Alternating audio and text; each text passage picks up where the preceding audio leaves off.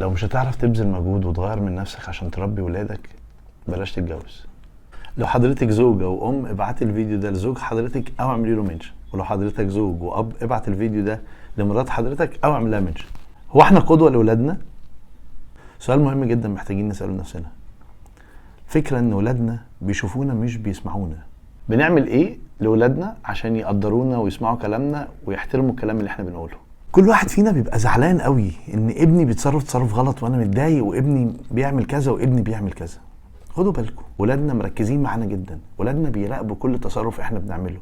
بنت حضرتك بتراقبك في كل تصرف، ابن حضرتك بيراقبك في كل تصرف. فما تستغربش لو وصلنا للنقطة اللي احنا وصلنا لها النهاردة. ما تستغربش ان ابنك ممكن يكون النهاردة اسلوب وحش، ما تستغربش، لان هو ده اللي انت زرعته، هو ده اللي انت حطيته. حضرتك انت بتزرعي ايه النهاردة؟